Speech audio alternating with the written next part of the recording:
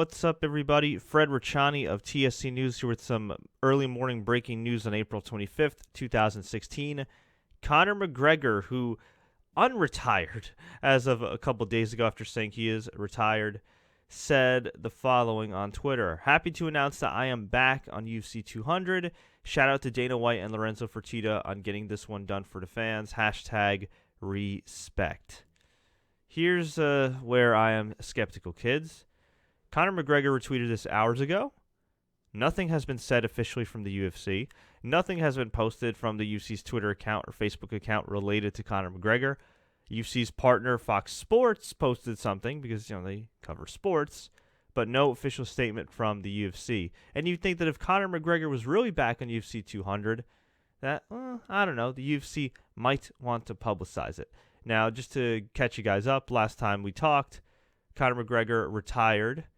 The next day, I think literally the next day or two, he said, yeah, I'm unretired. And he released this very colorful statement on Facebook I suggest you go and read, where he essentially said, he does not get paid to promote yet, meaning he thinks he's underpaid.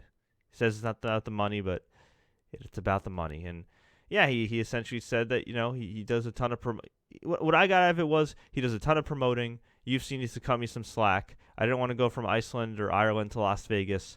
And, I would have gladly gone from, Iceland to New York. But, they didn't want to give me a break. But I didn't read it as that. And the UFC's reason publicly was, he didn't want to show up to a press conference. You got to promote a fight. But I highly, highly, highly, highly, highly doubt that any of that is true. Are the media obligations part of the rift between UFC and McGregor? Probably, but listen, man, it's about money. It's about money. So anyway, we had the UFC 200 press conference before the UFC 197 weigh-ins.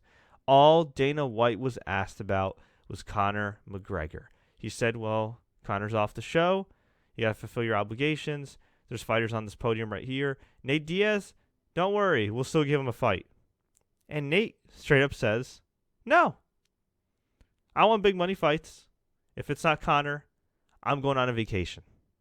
Which, man, was embarrassing as hell for the UFC and all involved. But you know what? Maybe you should probably tell Nate ahead of time, hey, dude, we're going to publicly say that we're going to give you a fight if Conor doesn't fight. Is that cool? They should probably have said something to him. So, fast forward to UFC 197 this past weekend, which was completely overshadowed by Conor McGregor. I really didn't feel a lot of buzz for Jon Jones' return.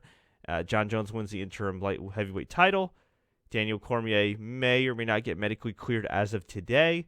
And if both men are healthy enough to fight, well, on July, it will be, I believe July 9th, it will be Jon Jones versus Daniel Cormier to UFC 200 light heavyweight championship unification, which is a big fight, but nowhere near as big of a fight as McGregor versus Diaz.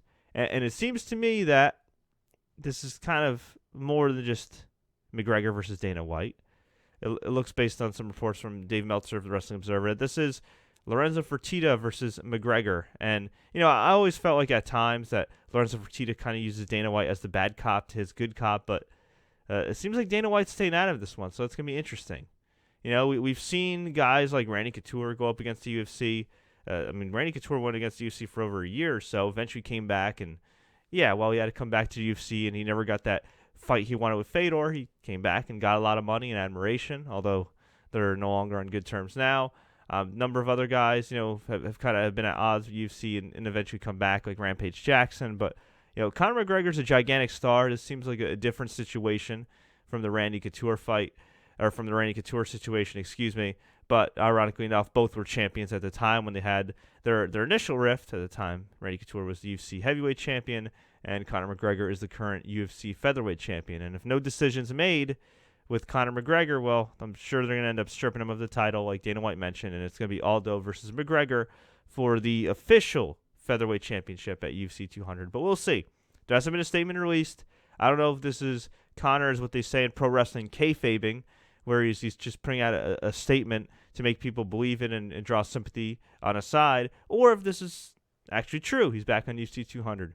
We'll see, but I'll tell you this. If this isn't true, I think this could lose him a lot of media support. This might lose them a lot of fan support.